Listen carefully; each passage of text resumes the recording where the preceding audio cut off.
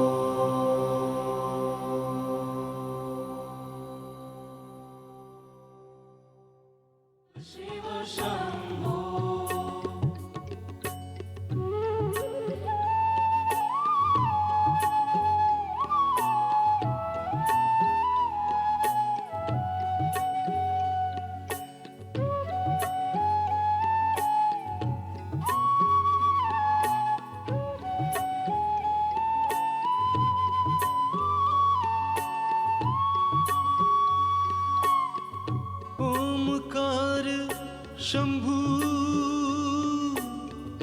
Onkar Shambho Onkar Shambho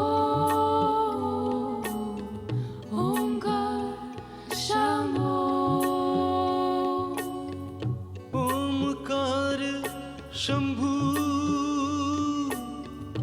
Omkar Shambhu Shambho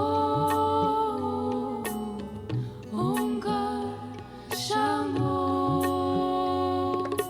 Shiv Shiv Shiv Shambho Shiv Shiv Shiv Shambho Shiv Shiv Shiv Shambho Shiv Shiv Shiv Shambho Shiv Shiv Shiv Shambho Shiv Shiv Shiv Shambho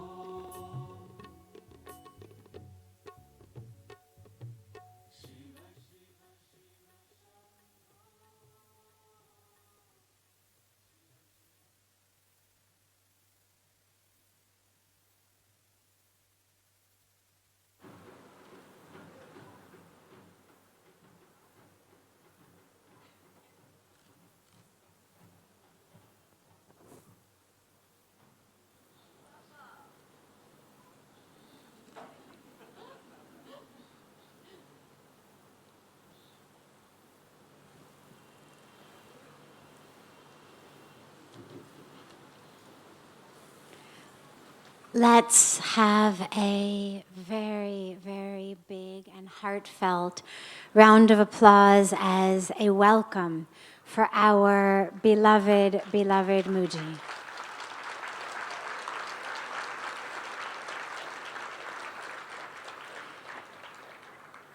Puja Sri Mooji gave such a deep and beautiful satsang here a few days ago that I know everyone is so much looking forward to being in your presence again. Having you here with us at International Yoga Festival is truly one of the great blessings and one of the great highlights of the festival, to take that yoga and really bring it inwards so deeply, so straightly, and so profoundly. So on behalf of all of us, thank you so, so much for your generosity of time, of heart, of wisdom, and of spirit. I don't want to take any more time, simply to conclude with a very, very logistic announcement, which is that at 5 o'clock sharp today, we have our International Yoga Festival group photo and water blessing ceremony on the Aarti Ghat. So everyone come together, join us there for our group United Creations photo and water blessing ceremony. And now to conclude the logistics, we turn it over to beloved Puja Sri Mooji.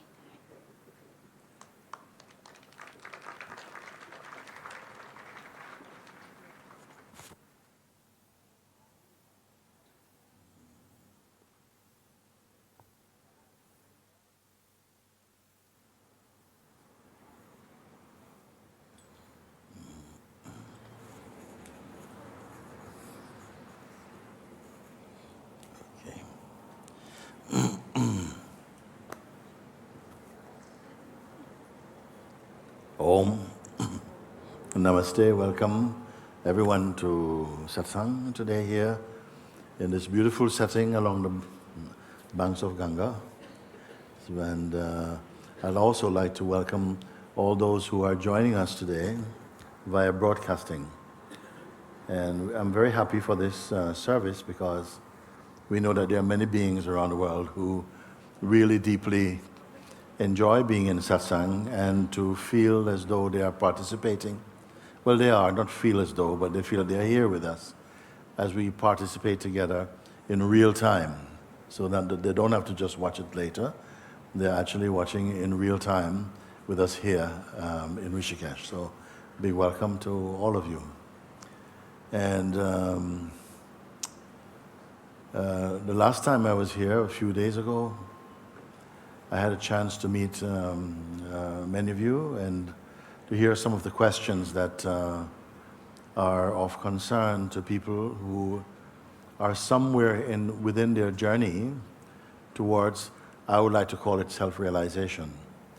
Not everyone actually may be conscious of that. Perhaps we have set the goal a little bit more in a phenomenal way. Maybe we simply just want to be a yoga expert or something, or you'd like to for physical health, or would like to learn more about the different dimensions of being, what I would call more the spiritual philosophy and so on. But what I would like to just remind you is that this is not so much our focus here. The satsangs that are conducted here while we are traveling in India, and it is the satsangs that are the way that satsangs are conducted under my guidance, is always aimed at the realization of the truth that is ever present. So truth is not going to come into existence at some later point. It is eternally present, you see. Whether this the manifest world is there or not, the truth remains truth. It is not an object. It is not something someone can possess independent of it being themselves. And so I like to just bring that forward as quickly as possible so that your mind, your heart, your consciousness is open to the immediacy of what we are here to invite.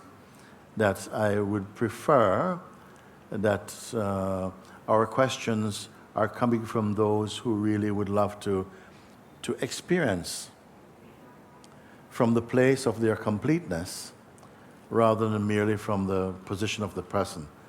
Now, I'm not making any big promises about that because you can only ask from where you conceive yourself to be at the present.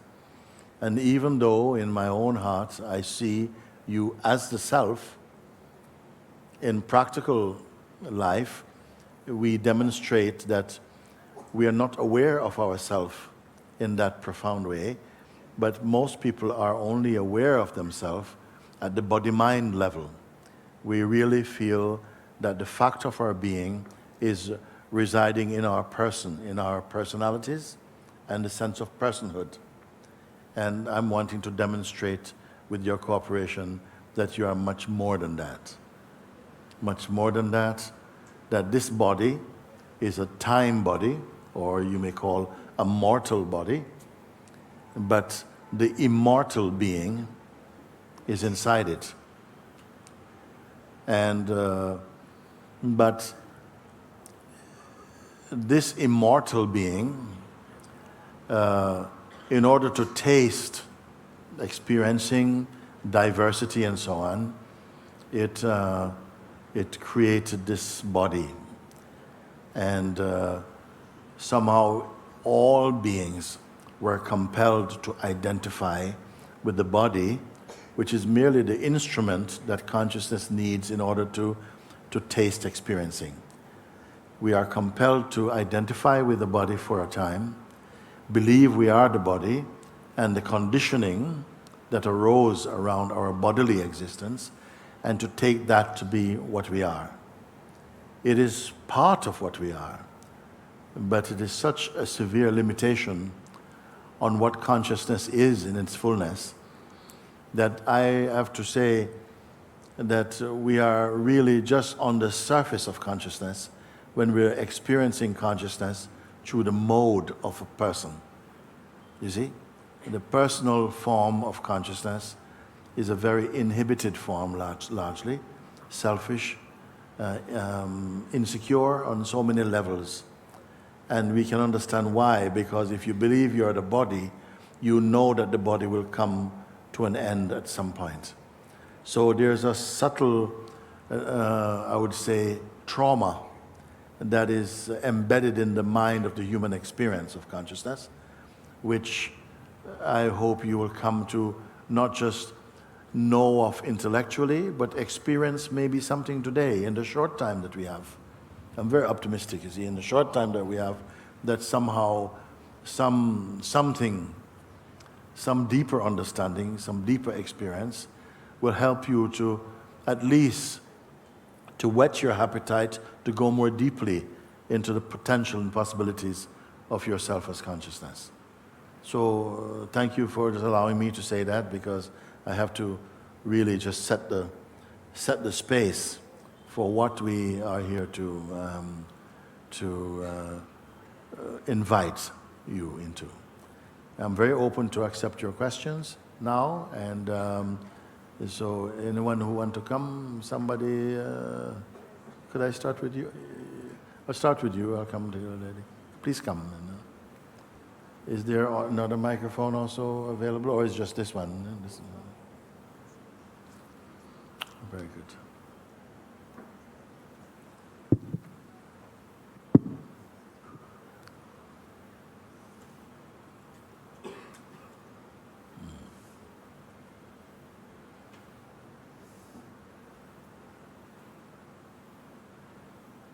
Namaste. Namaste. Mooji.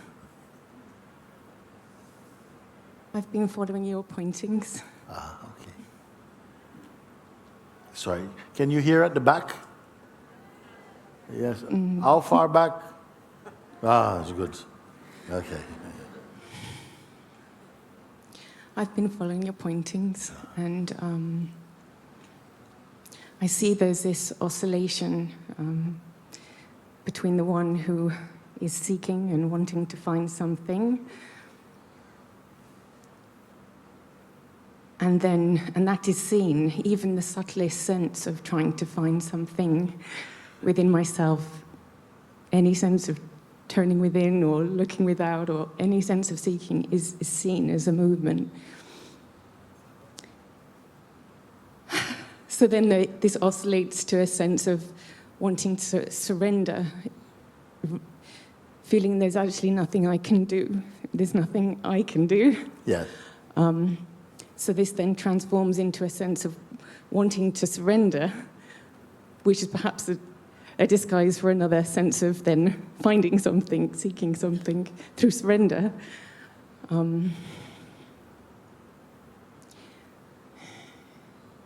And so then I wonder, is it just grace? Is it really just grace if there's nothing I can do through? Yes. Yes. I mean, in fact, all of life is grace. We're swimming in grace. We're like fishes dying of thirst in the ocean. And I say this simply because something seemed to block our awareness of the fullness of who we are. And because of that, it's like your life is here, everything is here, but at the same time, we're missing it. And I want to go into showing you how that happens. You say, anyway, that you are aware of this oscillation within your being. On one hand, it seems to be that you are aware that every single thing that appears and is perceived in you and by you, that you're aware that it is an object of perception. Every movement, even the subtlest movement, is detected by some perceiving force. This is true for everyone. I don't think anyone can deny that. That there's an awareness that everything that is moved, that you care to see, because you cannot say you see every movement.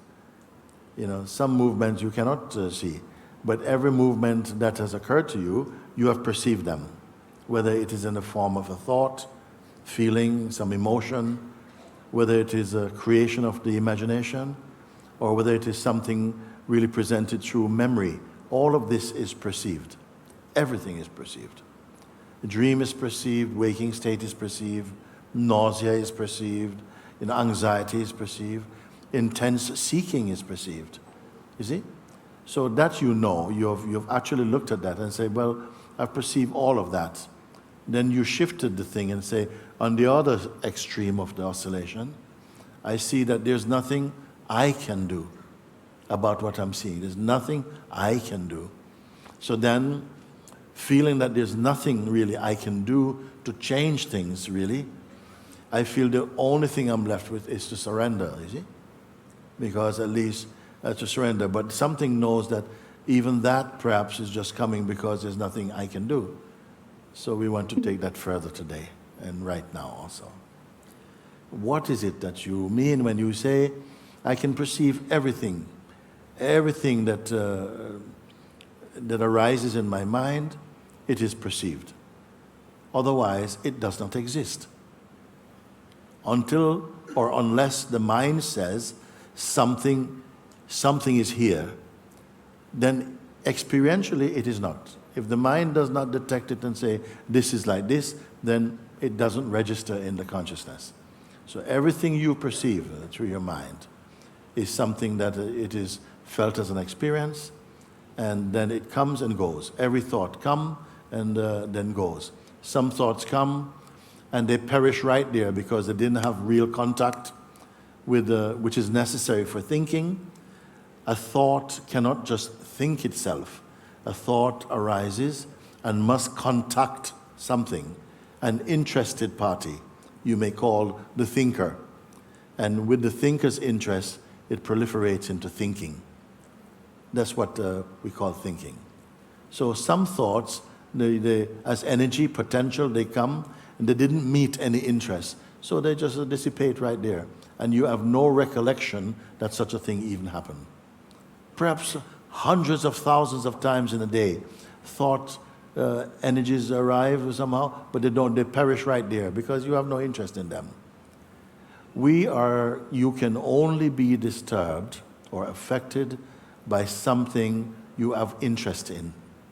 If you have no interest in it, it's as though it doesn't exist. It doesn't register in consciousness that it even occurs. Now, I want to say something before we go to the other oscillation about this observing. What you have shared is the capacity to observe enough to say everything, however subtle, is perceived somehow in me. By what exactly? I don't know. I just know that they are perceived. Okay?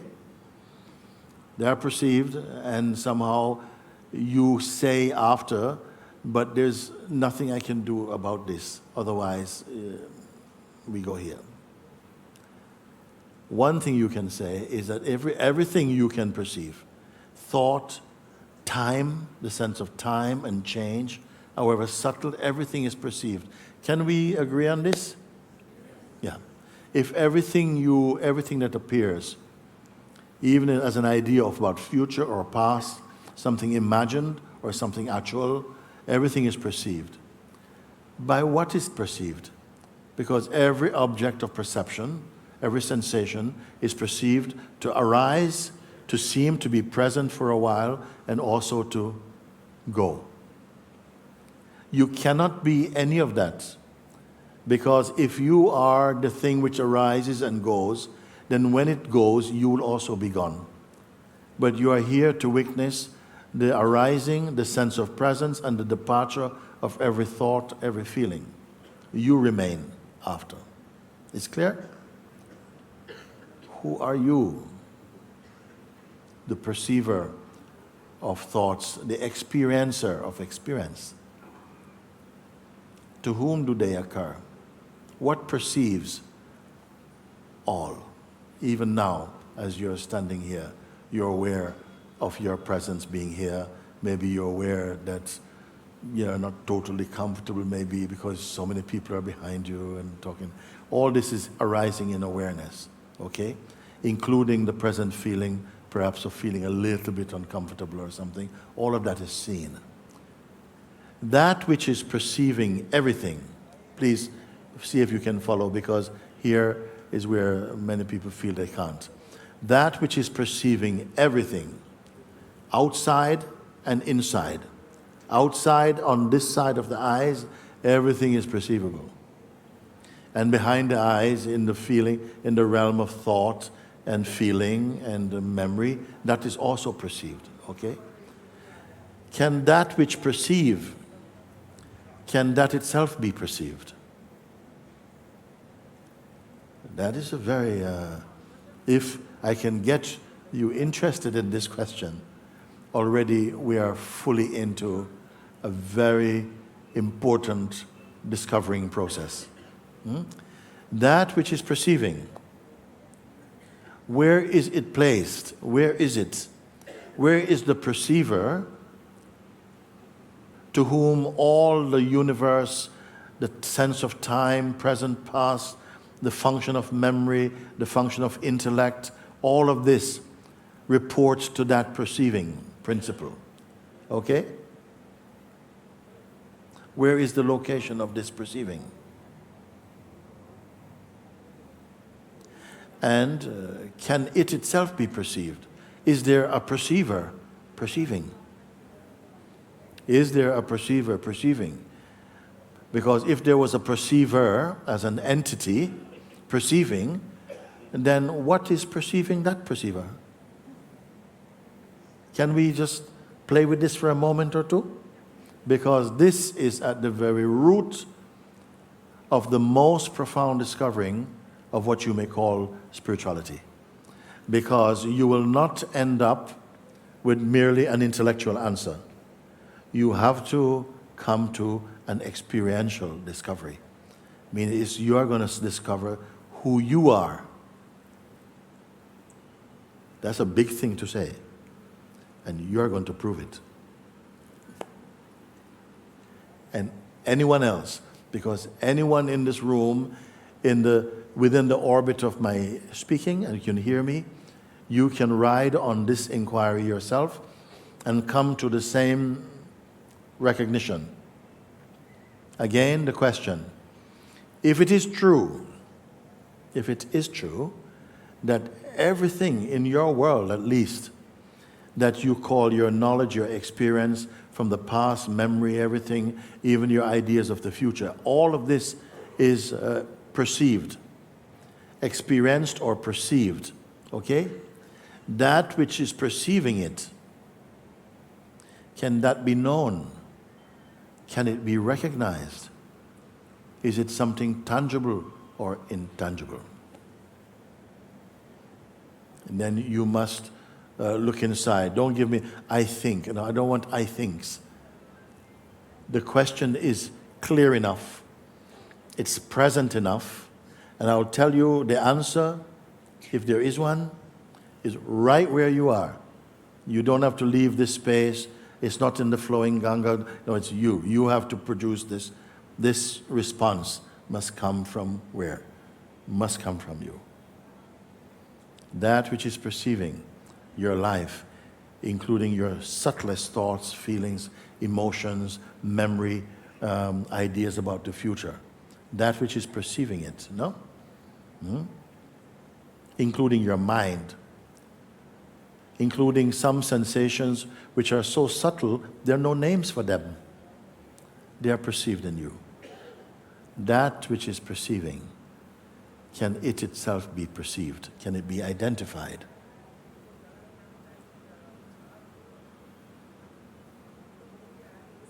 It seems This is a now question, not a speculative. Yes. when I hear your question, can it be perceived?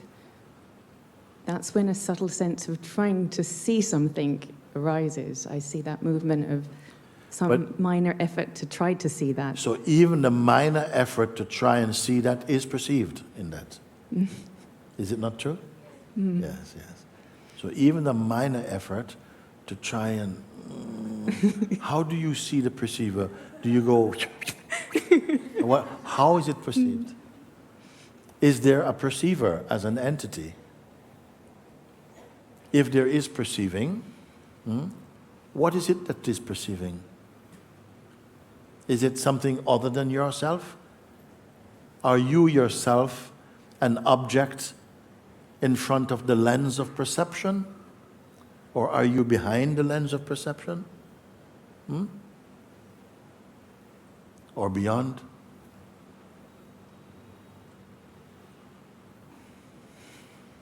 Your mind will not help you now by itself. It can only speculate and say, I think, and yeah, maybe, no. But there's something more than your mind here. You are here.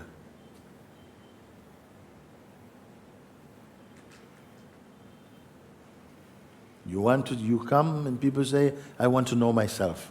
I want to realize who I am. This is how you're going to find out. Closer than intimacy itself.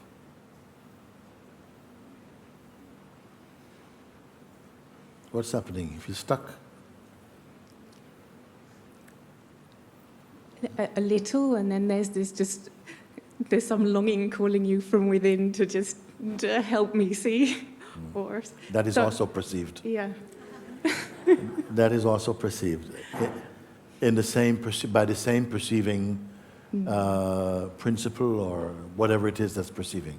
That is also perceived. So immediately, if you see that even that is perceived, that is not you. You see?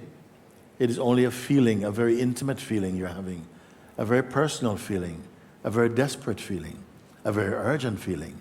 But it will just be a feeling and it will pass. And its passing will also be perceived. Have you touched the perceiver yet?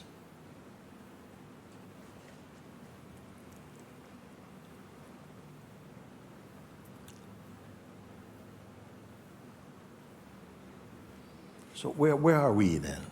Should we give up? Is it an unanswerable question? Others have gone ahead already. They have broken through this seeming riddle.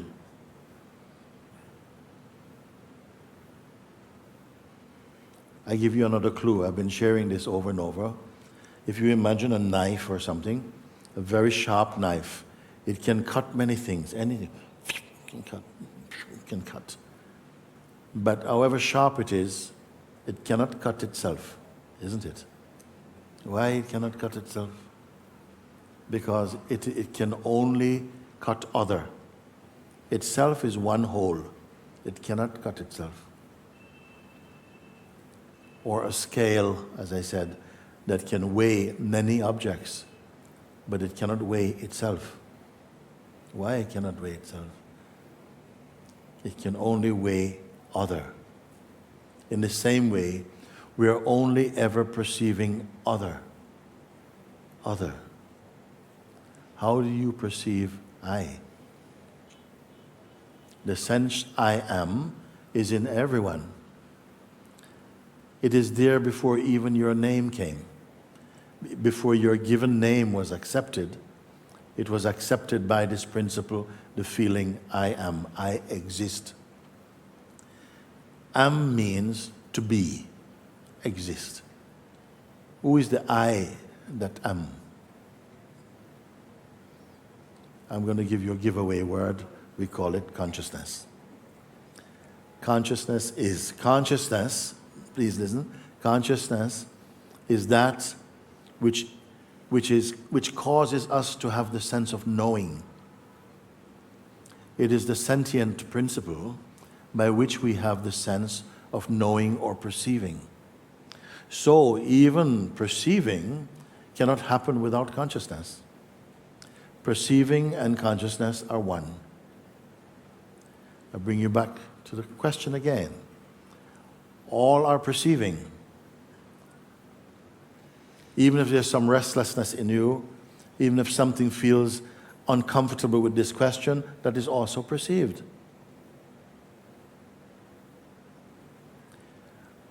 Who is the perceiver? Where is it located? Who are you? Can the perceiver be itself perceived? And if it can be perceived, by what can it be perceived? So you must feel, you have to feel this out also.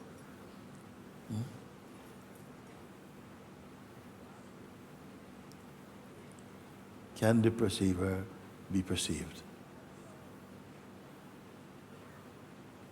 So I'm going to leave you with this question for a moment. I'm coming back to it. Because you can contemplate on this anytime. And what will happen out of your contemplation is that you are going to have, your beingness is going to be so concentrated in its urge to solve this mystery. Because it seems, well, if there's something perceiving, it must be recognizable. Then I ask you, by what is it recognizable? And can it be recognized? You see? And something is like the mind dries up. It cannot help you now. Yes? Who are you? You ask again, I just want to ask you, please help me. I'm going to come in another way to you. If right now, you're not able to make use of this question, I'm going to ask you another thing to do. If all your questions, all your doubts, all your desires, everything, if you are willing for just a few minutes with me here, to simply leave them aside for a few minutes while we inquire again into this, are you prepared to try it? Yeah? If I said to you now, all your ideas that you have, consciously or subconsciously, okay? Just leave them out. Leave them aside. I said to one person, I think it was 2 days ago, imagine we want to meet. You want to meet me, I want to meet you. But I've said, you come to my room, I'm in a small room, okay? But before you can come in to meet me, leave your story outside. Leave all your ideas outside the door. Everything you think you are or want to be or have done, all your failures and successes and the story of them, leave it outside, okay? And all your ideas about who you are, just leave them alone for a moment. And all that you want to be, leave it alone for a moment. Just be really empty of all conceptual, all your conceptual stuff, all your knowledge and stuff about yourself. Because they are not original to you. They are not original to you. They were acquired sometime later, after you even appeared in form. They came later. So we can leave it aside for a moment. Are we on board with this one? So you leave everything for now, leave everything aside, and come in. Come in. Let's come into this place. Okay?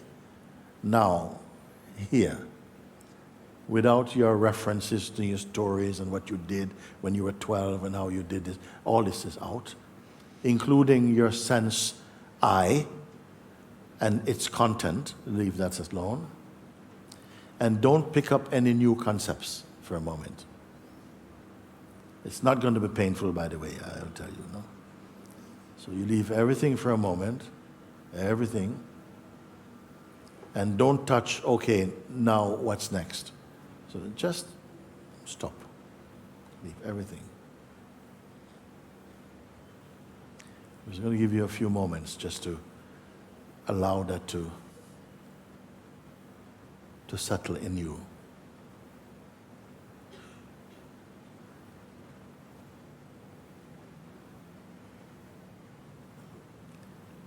What remains here now?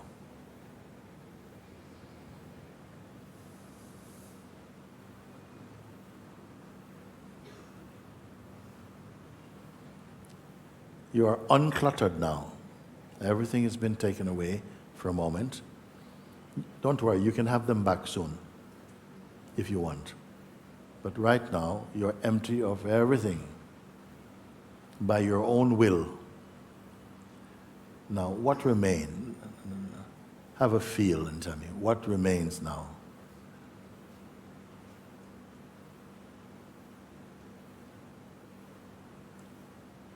Just look, don't think. You're thinking you left out, remember? You left it outside. Just see, what remains now? What is here? How do you feel? You are here, no? You couldn't leave you outside. You could just leave your baggage outside. But you're here. And your senses are here also. Innocent, no? Innocent. How do you feel now? What is your experience?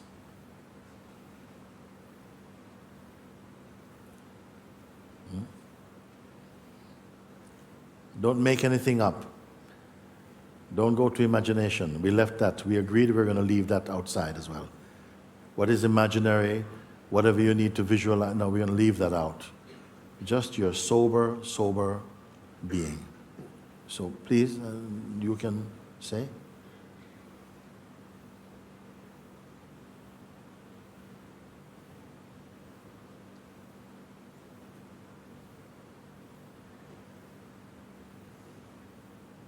See, she's got thinking eyes. Thinking eyes are like this.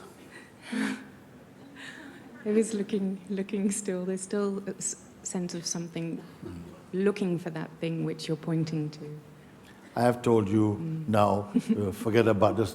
Don't have any image about what I'm talking about. This was another exercise I gave you. Leave everything. Even the thing you think I'm talking about, leave that also. Okay? Fair enough, fair chance. So be totally empty of any projection, any kind of intellectual or imaginary construction. Just leave it. No? And you must be able to find or discover or to tell me what remains now. Is it a black hole? What remains?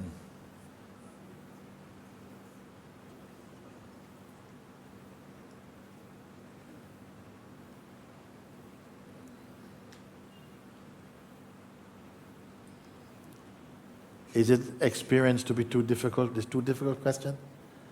Is it too difficult, the question? It's just something I can't quite put into words. There's something you cannot put into words. I mean, you cannot even put it into thought even.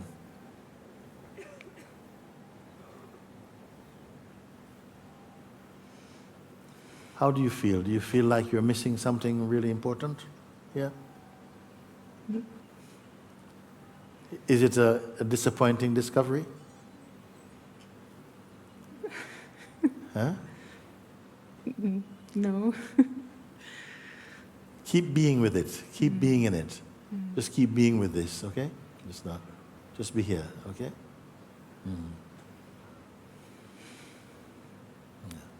You say, I don't feel anything is particularly missing. Nothing of value is missing.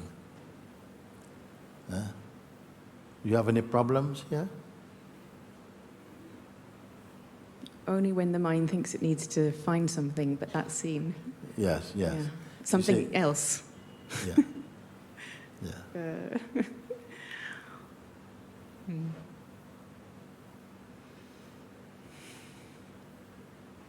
Do you want something more than this? Tell me for a minute. Would you want, would this be enough as it is for now? Or do you want something? What do you want from here? What's really missing? Be honest. We are being honest, no? I guess remains some sense of wanting to recognize that, Yes. or thinking that I've not yet recognized that. But you're in the recognition of it now.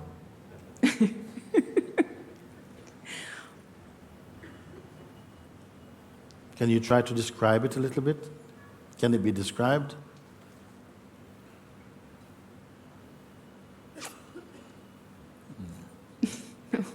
Supposing I was to tell you that this is yourself.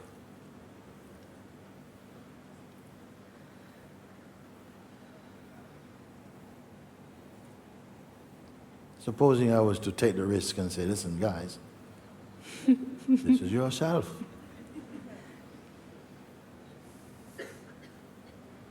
Would it be a horrible news?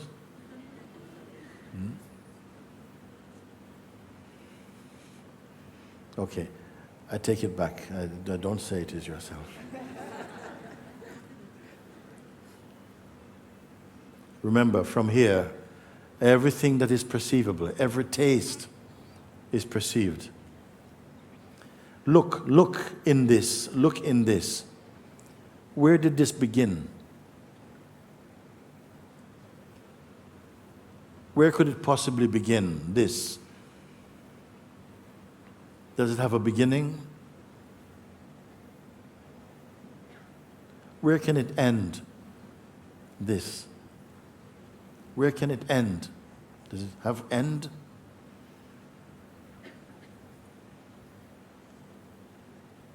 Are you with me? We can call it a day. No, it if we doesn't, don't change doesn't seem subject. to end. It cannot end. Thank you. Wow, feedback. Feedback. I got feedback. Okay, it cannot end. Okay, you say it cannot end, cannot begin. Can it die? Do you think you're capable of answering a question like this? This that we're looking at and from, and in, and through. Can it die? Are you speculating, or can you stand with what you're seeing? Do you trust what you're seeing and experiencing? Is it trustworthy? Or are we speculating? I've taken away the speculative side of your mind. No? So let's leave all the mental conjuring aside for a moment. Imagining abilities, we know you can imagine, but we don't want imagining. We don't want any visualization. Just sober seeing. Okay? It's still me here. Huh? It's still me here. It's still you here. Can I ask you another question? Can it fade? Whatever this is. Who is on board with what I'm speaking? Whoa, that is very good. That's very good. Can it fade?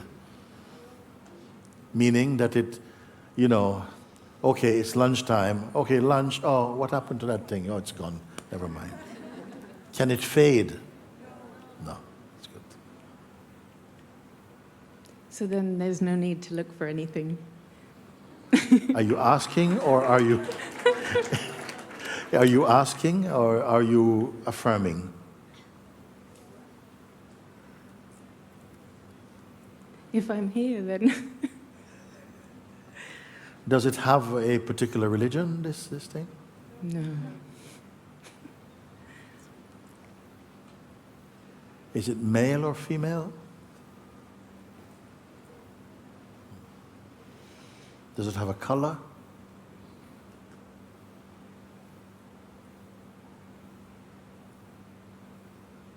So when the mind dances back in again... The mind can dance in again. Just- I mean, where else can the mind appear in, apart from in the field of view? The mind is only a tourist. He's only coming, hello, hi, but it's seen. When you see something, suppose you're here, your name is John, and then I introduce you to 15 people, James, Patrick, blah, blah, blah, blah. Do you forget you're John? Suppose your name is John. I say, John, I have some friends here. This is George, this is Philip, this is Patrick, this is Amy, this is Joanna, this is so-and-so, and I'm sorry, this is, sorry, I got confused. I don't know who I am anymore. No, you don't forget who you are. Even if you are introduced to 1 billion people, you don't forget who you are.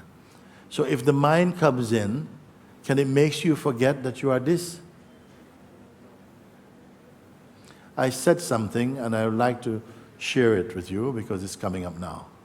I said before, I am. I am before the idea that I could forget myself or that I need to remember myself was learned and was believed. Again, I am before the idea arose that I could forget myself or that I needed to remember myself was believed or learned. This is before any thought, any idea came that it was hidden and something had to find it. You are it. It is you. Why this feels so difficult to accept is because we were, as manifested forms of consciousness, we were compelled by some power to identify ourselves with this particular body. In fact, when the mother of your mother gave birth to you, this was not the body she gave birth to, in fact. She couldn't give birth to a body so big. Okay? It was a tiny thing. Okay? And that tiny thing keeps metamorphosizing into different shapes and became what it is. At the present, today, it looks like this. Another 2 years, it will look like something else, a little bit more. You see? So it's always changing. It's always changing. When your parents were expecting you, were they expecting you particularly? Did they know, yeah, she's going to come and she's going to have this personality, and they don't know anything. And neither do you. You're simply unfolding. Just unfolding. Okay? Something is unfolding you call you. And so this push, this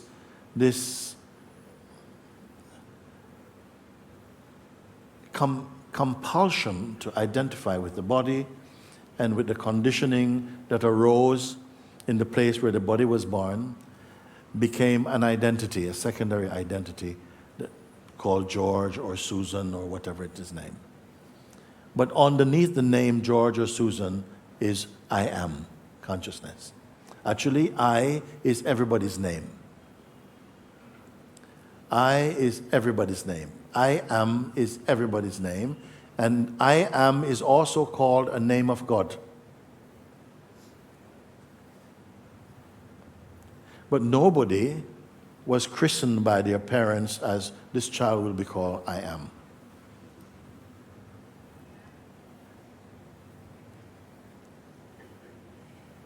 I am means consciousness. I, John, means I person. And the I person is supported by I consciousness. But the I person has not understood that it is I consciousness. And the I person, so the idea we have of who we are is suffering from and experiencing the ideas it has about itself. Not an easy thing to swallow easily. Let's come back to this place. Has it moved? Can it move? Can it leave? Meaning that it must leave to arrive at some place it is not. Is there any space left where it is not so that it can travel to? Yes. You didn't realize you could answer such profound questions, did you? You didn't realize you could answer such profound questions. And why can you answer such profound questions? Because it is your experience. Did you go to university to study this? No. We have a few minutes and you can answer. I don't hear anyone saying, I think. You're saying, no, it cannot fade. Can it expand?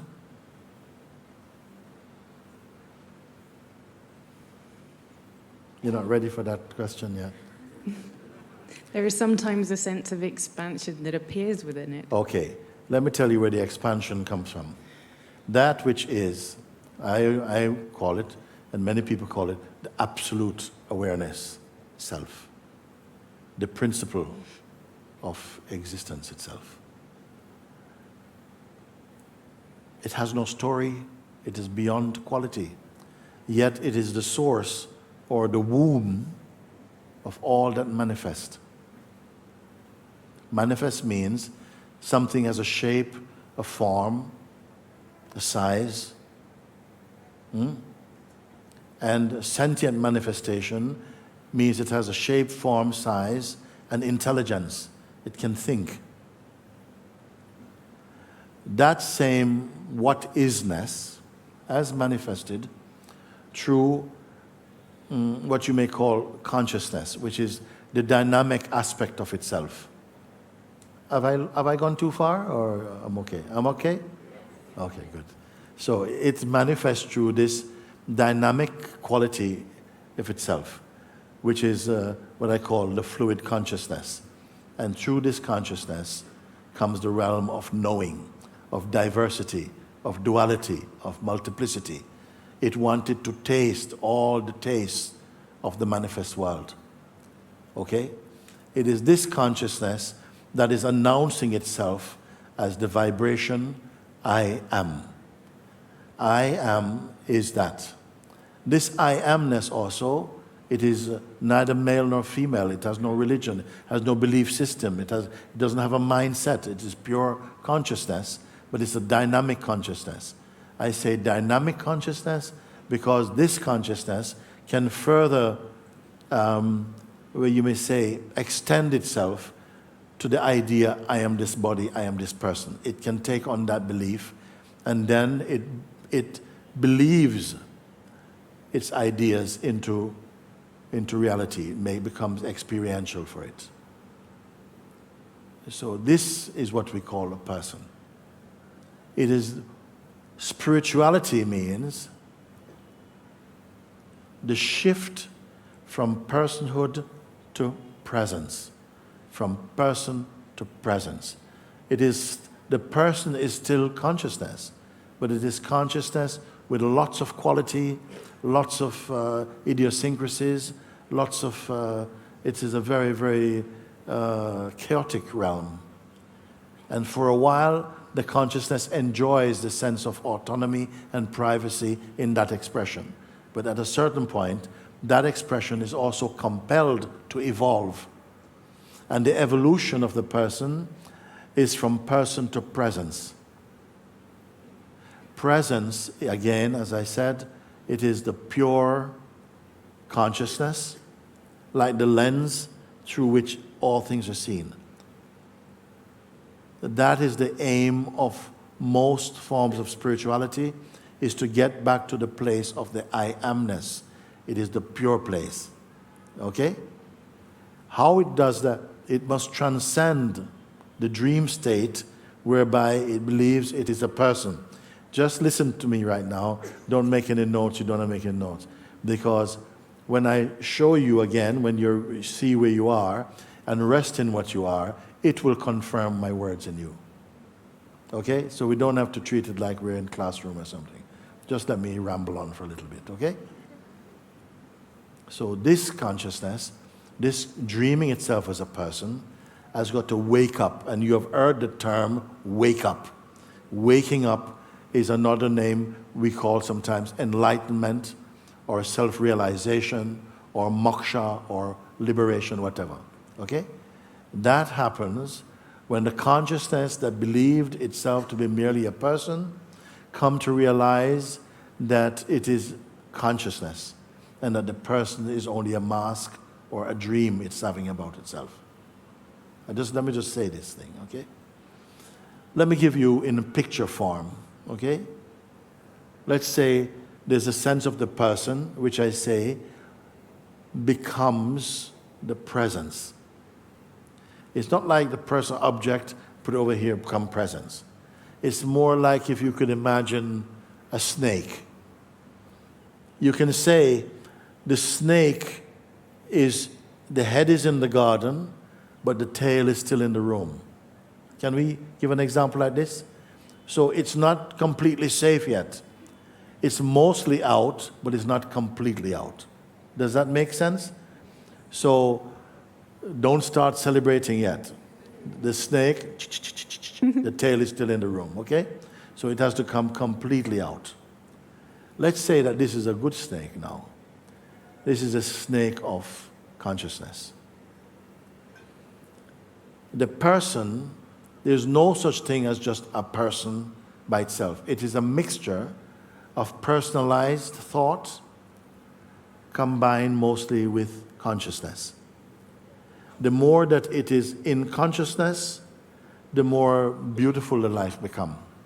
The more it goes to person, the more it is thinking and worrying and getting depressed and this type of thing, and having lots of imagination and lots of that type of stuff, okay? So this changing over from person to presence, the journey called spirituality, is more like the snake that's moving more into consciousness, but the tail, the person is still there. So as it moves more fully into consciousness, the person is thinning away until fully it reaches the state of consciousness and the person becomes an old dream. That is the state we call the first stages of the realization of the self. What I point you to right now, when you are answering, say, yes, it cannot die, it wasn't born, it doesn't change. Where are you looking from? You're looking from the place of consciousness. And that's why, as consciousness, you could answer that question. You couldn't answer it before when you were in the state of person. You follow that is, no? And that's just in the space of in 1 hour. You have shifted from living and looking from the perspective of a person until now you're speaking with the confidence of consciousness. And you're answering questions that scientists are still troubled about, and you're speaking directly from it.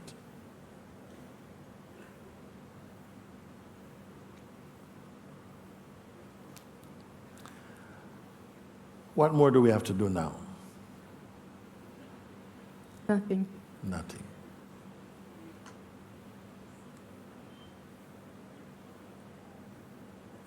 One example multiplied by 2,000 times.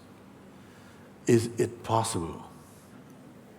One example multiplied by 2,000, if 2,000 forms of consciousness understood this experientially, you understand what kind of impact that has in life? One Buddha made so much difference in the world. One Christ made so much difference in the world. They understood this from inside the experience itself. You are beginning to understand this from the inside the experience itself. You started to ask, you're speaking as person. Now you are speaking as consciousness.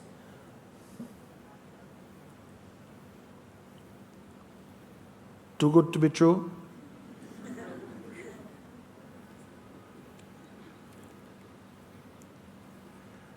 You must become the proof that God exists. Not the books. You are the living book.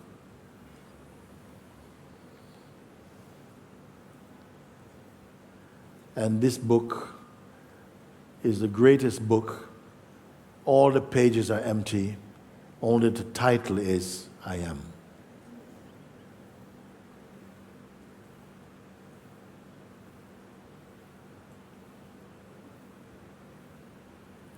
Thank you. Thank you.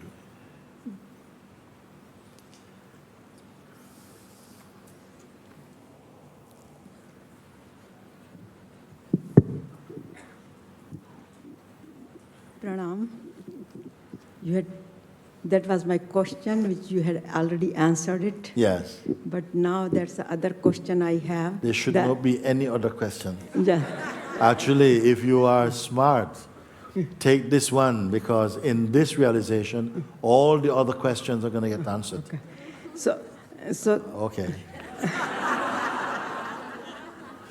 Okay, go, say something. actually, I did not, my questions got dissolved, but then one question did come, that whatever we experience right now and the exercise you have taken us, how can we, living in the world, we can continue to sustain that experience and not get diluted with our personal consciousness, Okay. and always stay in the supreme consciousness Yes. as you have taken us. You cannot do it. Nobody can do it. You can only discover it and let it be, and it will swallow you up. You cannot do it. If I told you, listen, this wonderful thing has happened, but you got to spend the rest of your life just every day, just keep. Don't ever let it out of your sight, okay? So somebody came and says, darling, you know, I love you so much. Go away, go away. Don't disturb my sustaining abilities. It cannot be. It's not the way it happens. You see? If it was the way it happened, you'd have no time for anything else. You'd be so busy sustaining, you wouldn't even be enjoying it.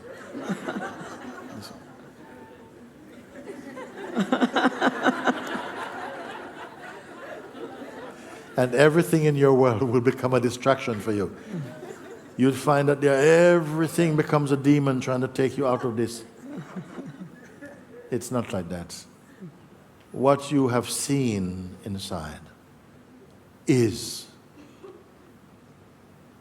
It is not relying on any human agent to sustain it. What arrogance.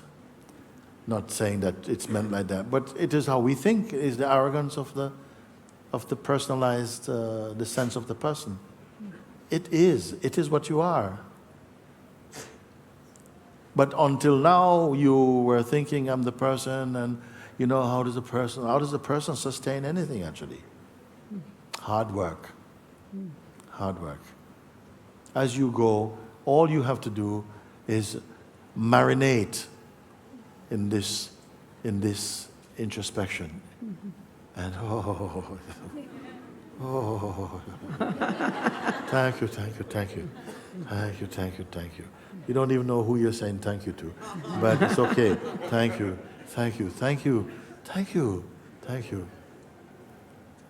The one saying thank you and the one being thanked to become one.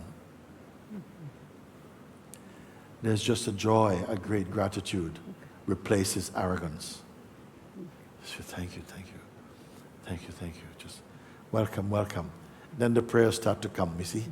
Replace me with you, you start to say. Because you have been kissed from your own self, you see. And nothing in the world can give you this joy, this peace, this love, this life. Nothing can give. And you know it also. You automatically, intuitively, you know it. And it is because of this that beings have said, you know, yes, rid me of ego and merge me with you. Why? Because only then you have the confidence to speak such words. Which human being speaks such words? Rid me of ego and merge my mind in you, merge me with you. Why would you want to say that? Because you are stung. You are completely flooded with a joy you have not known before. You automatically know, yes, thank you, thank you, thank you. Your suffering is over. Your suffering is over. Your depressions are over. Your fear about death and life is over, you see. Does it mean we spend the rest of our life in a hammock eating strawberries? No, it doesn't mean that. You will find that in your dynamic life, there is still an expression, there's room. There's creativity, there's joy. There's not fear, there's not arrogance. There's space for that. If you have a family, are you going to tell them, look, don't call me George anymore, call me the great I am or something? No, you're not going to do that because it is not stupid. It doesn't do things that the mind would do. You know, somehow it's at peace with all things, with all expressions. It is not cynical about life and it puts no one down. It emanates and radiates love. So if I get a toothache, If you have a toothache, yeah, yes. then at that time the mind takes over, and because I'm in pain and all that, Take then some how to do- paracetamol. It works. It's also a form of consciousness. Okay? So how to maintain that consciousness? And You that- are not maintaining, madam. You are not maintaining. Supposing you have flu. Suppose you have flu, and so for 2 weeks you're having flu. So everything you do for those 2 weeks is taking place in that flu state, isn't it? Yes. When you go to the bathroom, you're in the flu state, You send your emails, you do your Skype, hello darling, yeah, I'm okay. Everything, all your life is in the flu state for that duration of time. Your life goes on, isn't it?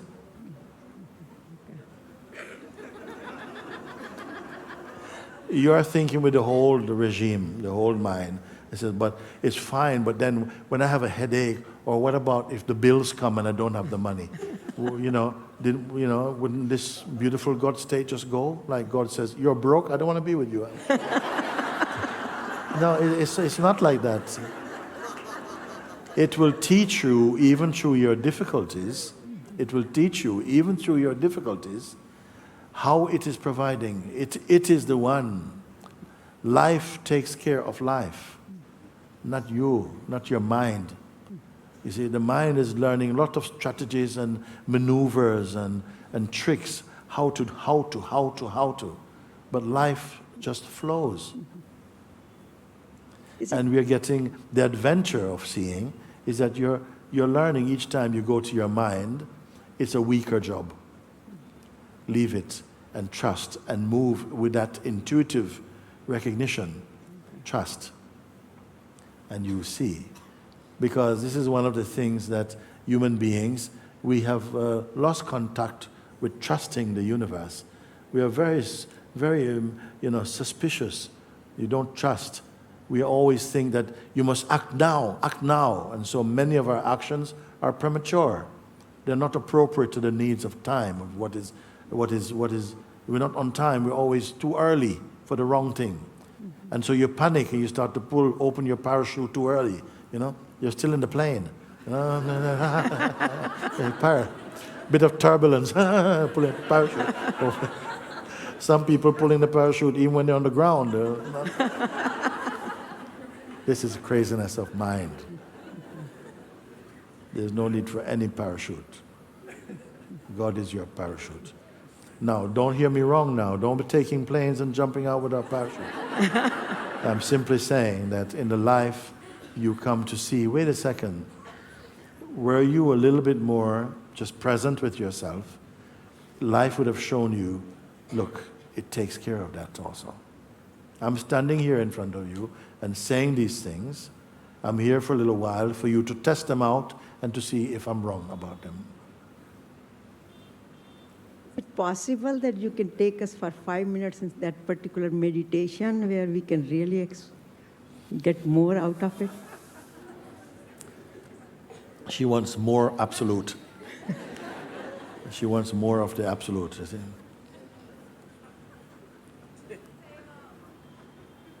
Well, in fact, I was going to just do that because it's now the time that I've been allocated to be here in this way, and I thought just to sit with this now,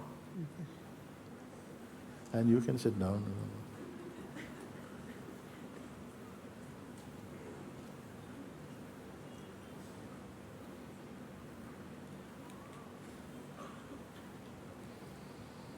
All of what I've shared is not so much about what you must learn, but more what we are discovering, what we are recognizing. Because recognizing is direct, it is immediate. It is not saving up something for later. It is fresh. It is now. You see, like this.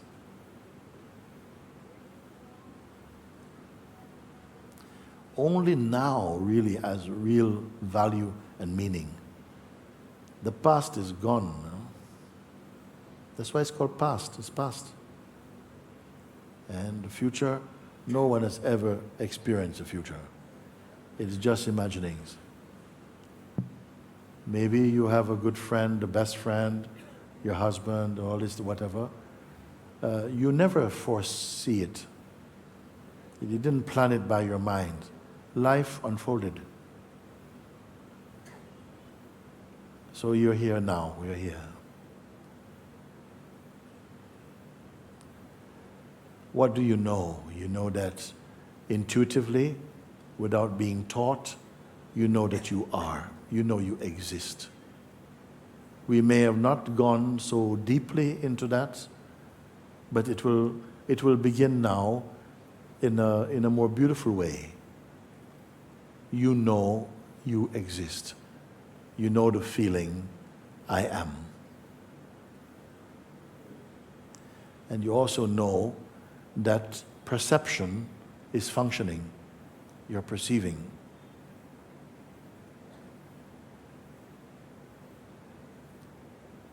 Whatever arises through the senses or through the mind, that you perceive. And you observe that all things come and go. Like clouds floating in the infinite sky. All objects of perception, they are drifting past. Witnessed in your field of perception. You are the witness of the presence and absence of things.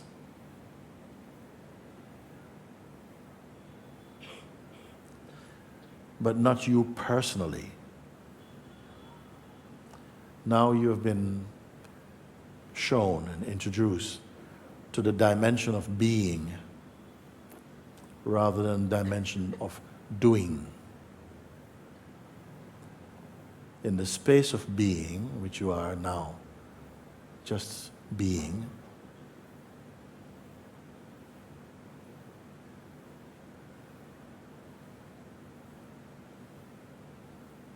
there is a natural silence. It's not a manufactured silence. It is a silence that is there with you. Some people, is if you're watching television or there's a lot of sound going on. If you imagine you've tried so many different stations and it's just noise, and then you turn it off and you feel this total, you appreciate this absence of noise. There's total peace. In the same way you can be at peace without trying to turn off the world. Simply paying attention to your natural being, which cannot be injured. It cannot be damaged. It cannot be destroyed. It cannot be lost. It is simply air, like space. But it's more subtle than space because you're able to perceive space. So this is not something you have to do, not something you have to create. But initially, the tendency of the mind is to drift towards those objects or those type of activities that is accustomed to. But you're able to watch that and to not combine that with yourself. Simply perceive it, but remain in this space of neutrality, which is natural. You'll feel a sense of emptiness. In our cultures and traditions, and we are conditioned to look at emptiness as though it's a negative state. It is neither negative nor positive. It is a sense of wholeness.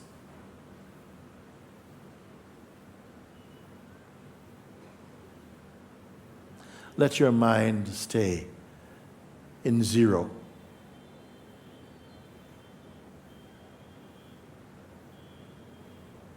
Not by force. And you'll find that actions, reactions, interactions are being played out through the body-mind system, but you're merely observing them. You don't need to go to the body-mind for joy, because joy is synonymous with your own self. Peace is synonymous with your own self. Wisdom and the self, they are one. But the activities in the world and in life begin to take on a new beauty because they are being pervaded by your own stillness. You're meeting them with your own stillness. And so they are pulled into stillness. The very senses become silent. They function beautifully in this conscious state.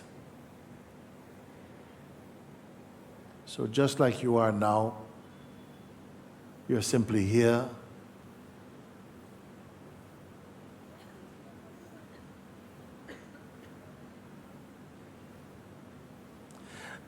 The usual noise from the psychological mind is distant now.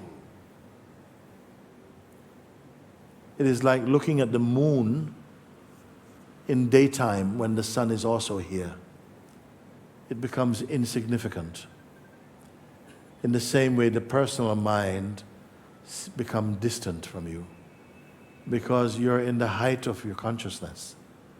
This is your natural state. And grace is helping to stabilize you in that state. It's not just by human effort, not by force.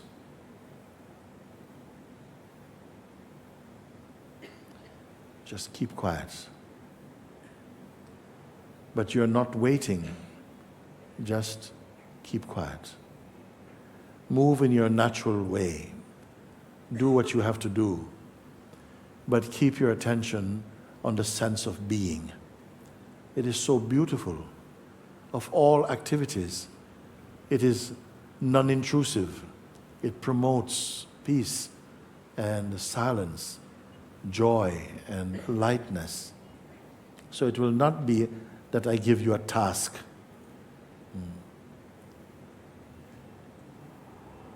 Now, naturally, your attention is resting with being and in being as being itself.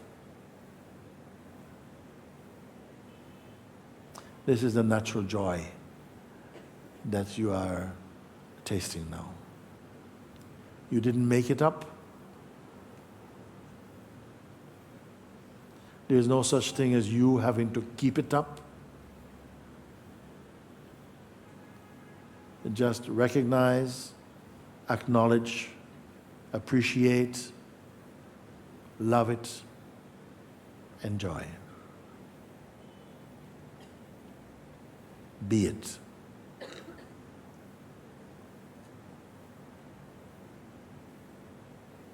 Now, as we move from this space, this physical space, the old mind may come in and say, that was really nice, now let's get back to reality.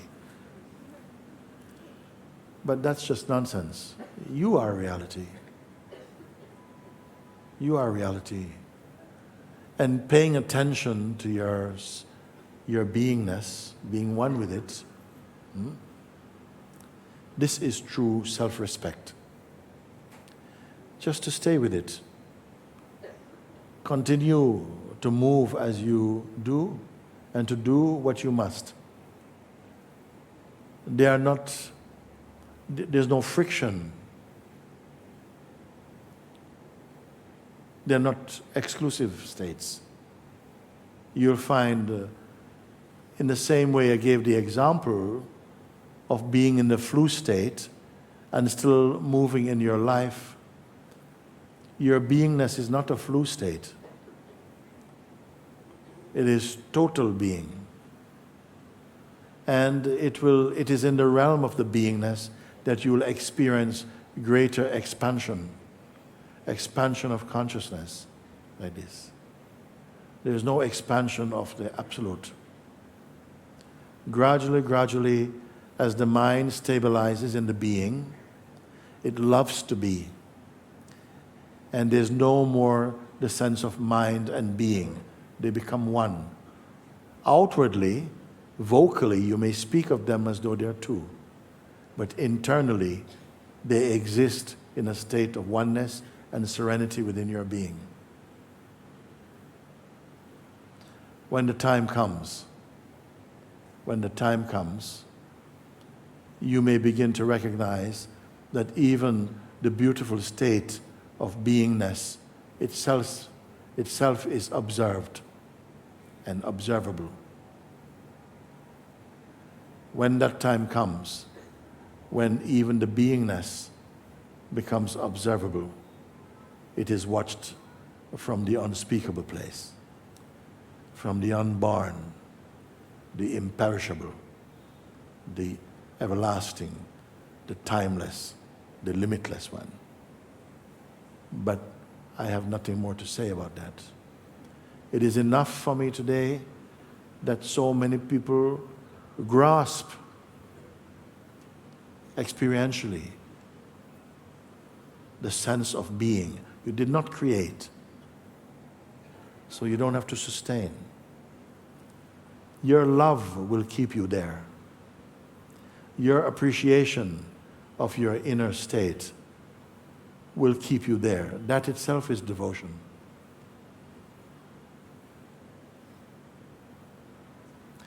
And don't talk about it. Don't be in a hurry to share this vocally or verbally with people, because it's not the time. Now is the time to marinate in your silence.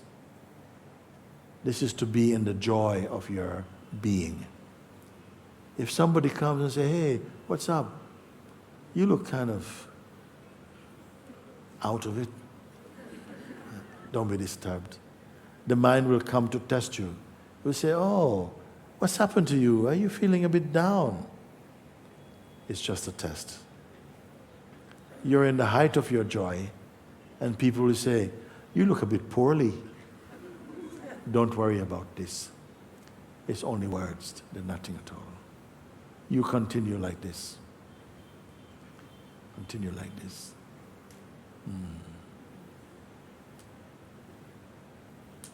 My blessing to you is that it is grace from the Supreme Being that has come to visit us today and to dwell inside your heart. It has not come from anywhere else.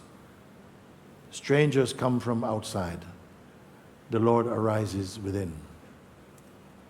And it is somehow arising within us, that vibration. It is at the vibration of the Holy Spirit. Honor it. Be thankful for it. Love it. Enjoy it. Be it. Be it. some of you, even if you have sicknesses, it will begin to get better now. It will get better now, lighter now. Because many illnesses are perpetuating because our mental state remains the same. But if the mind has fallen inside the heart, it's the most auspicious thing. It will generate vigor and invigorate your life force.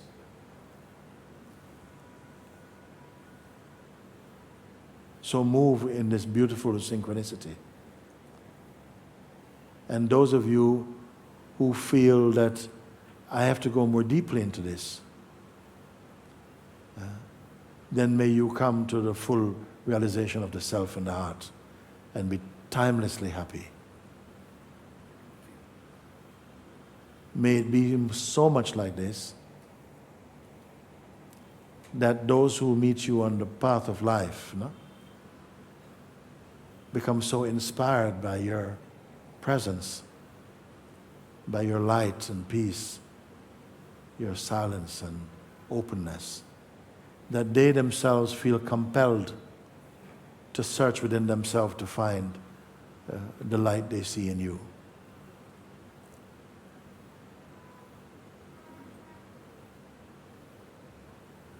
Truth is also contagious. To see one who is genuinely at peace and who has no arrogance or ego or cynicism towards the world, that is the true life. So I just want to say, I'm very happy for coming here today and for you accepting our visit here, and full blessing for the rest of your life. May each day be your best day. Om Namah Shivaya. Love you, love you. Thank you. Thank you.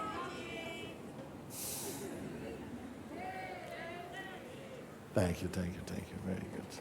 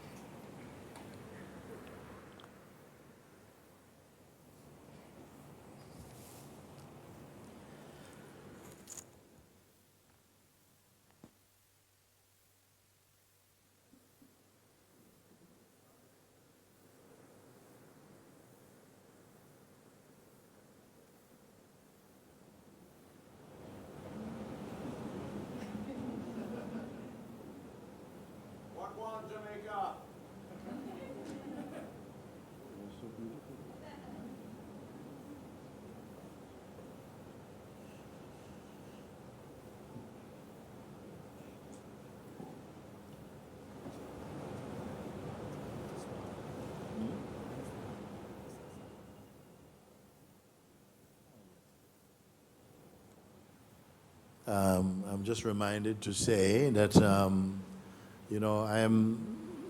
I've been very fortunate to come to India each year so far. It's been the last maybe 15 years or so. And for the last 5 or 6 years, we've been coming to Rishikesh, sharing these satsangs, these Gyan Yoga, mean yoga of wisdom. And we are on the other side of the Ganga at Swami Satatrananda Ashram. That's right next door to Swami Dayananda's ashram. And this is the close of our 3rd week here. We have 2 more weeks, each week being 5 days. So we're there for the exceptions of Mondays and Tuesdays. We're there. So for those of you who feel drawn to come and visit, satsangs are free. You may just come, and you'll be most welcome. And if not, then all my best wishes for you anyway. So I just felt to share that with you. Thank you.